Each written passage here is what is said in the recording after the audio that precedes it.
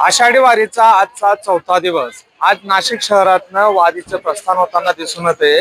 काल तीर्थक्षेत्र म्हणून ओळखला जाणाऱ्या रामकुंडाजवळील गणेशवाडीमध्ये वारीचा मुक्काम होता। माऊलींचा मुक्काम गणेशवाडीत केला गेला होता।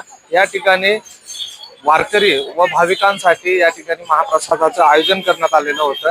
त्यानंतर आज सकाळी गणेशवाडीतनं वारीचं प्रस्थान झालं, माऊलींचं प्रस्थान झालं। आता नाशिक रोडच्या दिशेने माऊलींची वारी जी ती या ठिकाणी जाताना दिसून येते। या ठिकाणी ताड मृदंगांच्या गजरात वारकरी जे ते माऊलींच्या वारीमध्ये सहभागी झालेले अनेक महिला जे ते या ठिकाणी डोक्यावरती तुळस घेऊन या ठिकाणी चालताना दिसून येत आहेत। खरं तर एक मोठा वारकरी संप्रदाय जो तो या वारीमध्ये सहभागी होतो। शेतकरी वर्ग मोठ्या प्रमाणात असतो। खरं तर वारीचा चौथा दिवस असल्यामुळे आणि लांबचा पल्ला असल्यामुळे वारी या ठिकाणून जाताना आपल्याला दिसून येते। आता पुढचा जो मुक्काम आहे वारीचा हा नाशिक रोडच्या शिंदे परिषद गावाजवळ असणार आहे।